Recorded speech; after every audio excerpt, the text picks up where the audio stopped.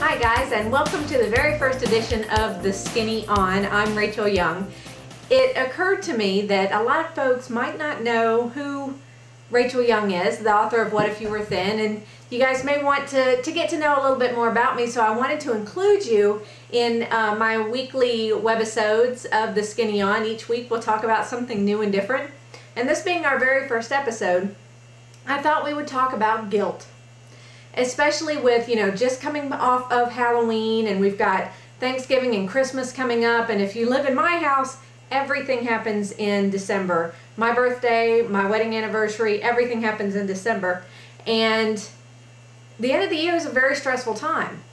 And a lot of times, whether you're a woman, whether you're a mother, whether you're a man or an employee or whatever, the tendency when it comes to weight loss and talking about doing something better for yourself, a lot of times you feel guilty.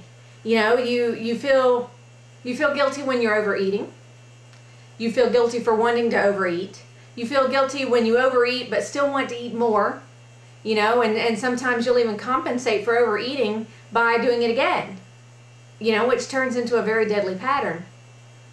A lot of times also you can have guilt if you're a parent and you're doing something for yourself instead of for your children. A lot of times I call it mommy guilt, just because it's me.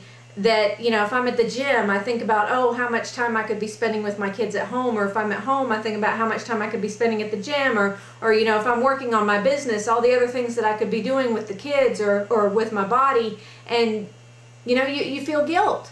You feel guilt. And you know what? Out of all of the situations I just named, the only time that you should really be feeling guilty is if you are not taking time for yourself.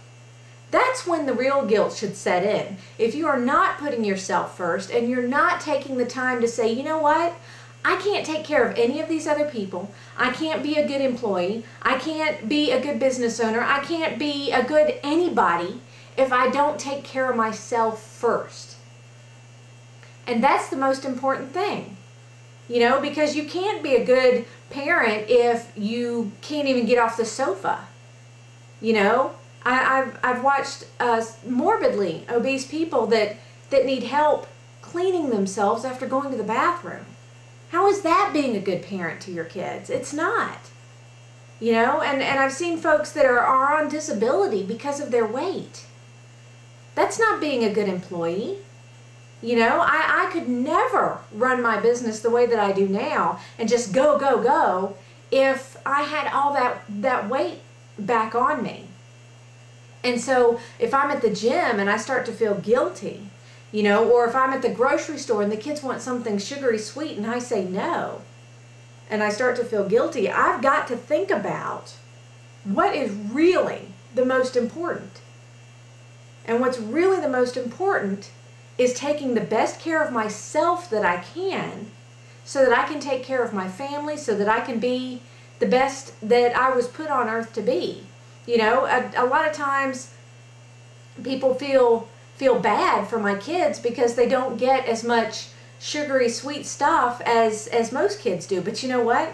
My kids don't take naps in the middle of the day because they're not overweight. My kids have so much energy, sometimes a little too much for my liking, but they enjoy life, and they're so creative, and they want to do things. And I think that a lot of that is because of the way that they eat and the amount of exercise that they get. So, when it comes down to it, when you start to eye your kid's Halloween basket, with all the candy in it, no one's looking. And you know that you could just have a piece or 10 and no one would ever know. You could hide the wrappers. What is that doing to your body? Because I want you to look at the ingredients on the wrapper. Chances are one of the top 5 ingredients is sugar. One of the top 5 ingredients is probably something hydrogenated, which is an oil and it kind of turns into plastic in your arteries. Probably some high fructose corn syrup in there, which is also a big no-no, which we'll get into in another episode of The Skinny On. But the top 3 to 5 ingredients that are in that candy are stuff that has gotten you to where you are now. You know, if you're heavy, that's what's gotten you there, is improper eating and eating too much.